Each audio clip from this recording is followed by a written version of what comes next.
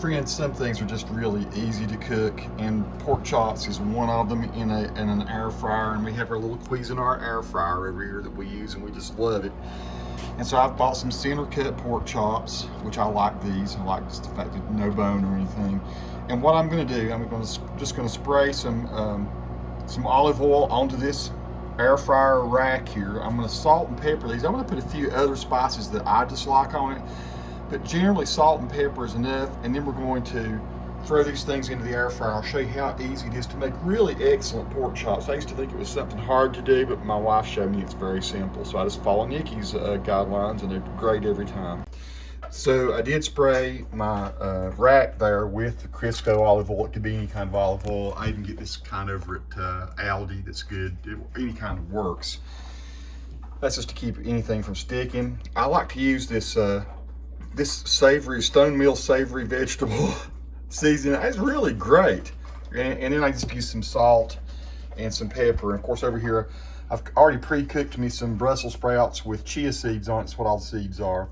And I have a special way that I like to season those, but that's a different video. So I'm gonna go ahead and cook these for about 12 to 13 minutes, something like that, on 375, and I'm gonna air fry them, and we'll see how they turn out. So you can see I do have the air fryer. I have it set to air fry over here, and I have set it to about 12 minutes. And usually they're pretty well done at that point. We'll take a look when they come out.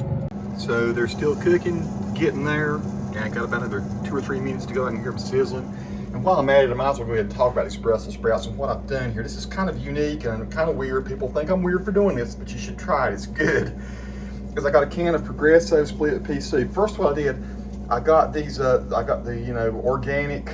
It could be any kind of Brussels sprout really, but I got the kind you buy in the grocery store there in the produce department. I microwaved them. Did salt and pepper and a few other seasonings that I like. And covered them with plastic, covered them with this press and seal stuff here by Glad. And then I microwaved them for 11 minutes, so they're real nice and tender. The Brussels sprouts are super tender. And I did put a little bit of olive oil on them too.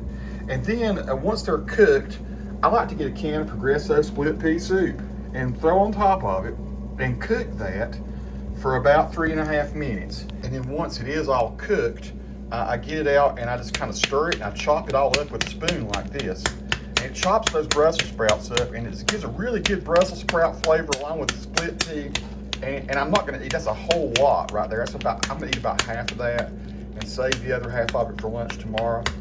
And I'll eat maybe one pork chop and about half of this, and that'll be my lunch. It's a very healthy lunch. And it's a cool way to eat Brussels sprouts if you've never tried it, something like this in combination with something else.